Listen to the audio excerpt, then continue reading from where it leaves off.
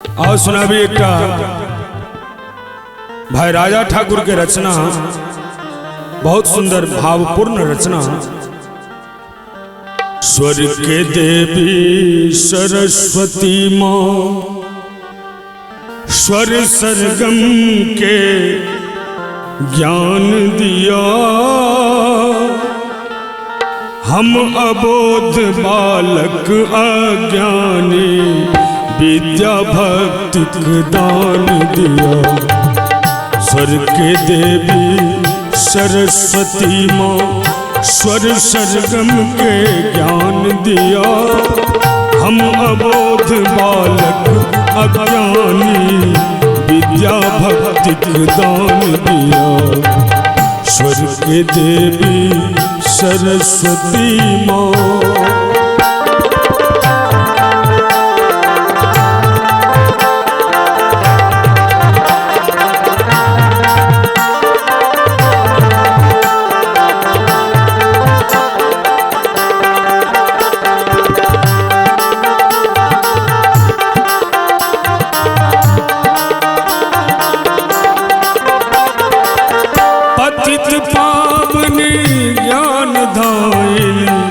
ज्ञानक माँ प्रकाश भरो,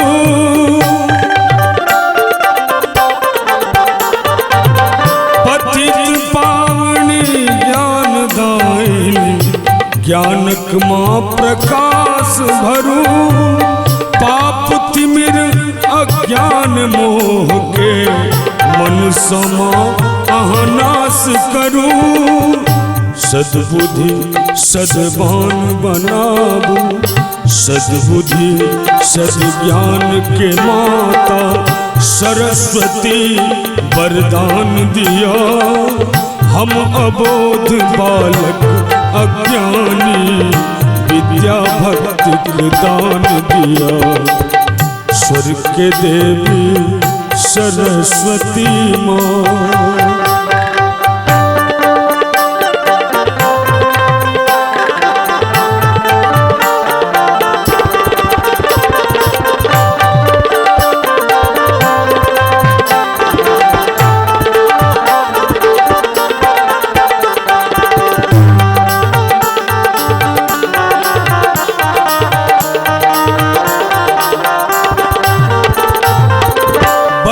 मंथरा दासी के मुख रावण के विनाश कलो,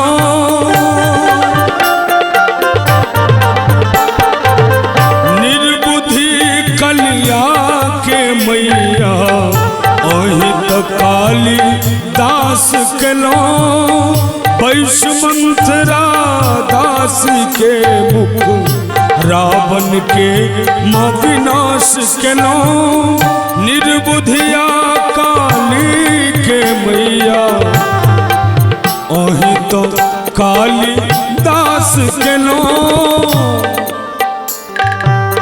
हमहू छी संतान अहि के, हमरो पर किछु ध्यान दिया, हम बालक अबोध अज्ञानी विद्या भक्ति दान दिया, विद्या भक्ति दान दिया। अंत में जे जन द्वार के आयल, सब हक माँ उद्धार केलो।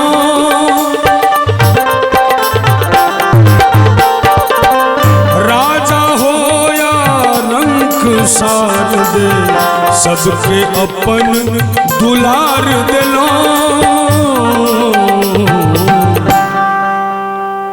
भीख मांगी हमहू कर जोरी, शरण में निज स्थान दिया, हम अबोध बालक अज्ञानी विद्या भक्ति दान दिया, हम अबोध बालक अज्ञानी विद्या भक्ति दान दिया।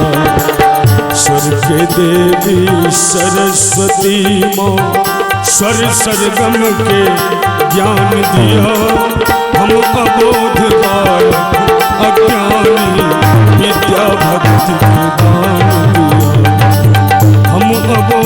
बालक अज्ञानी विद्या भक्ति के दान दिया, माँ विद्या भक्ति के दान दिया, विद्या भक्ति के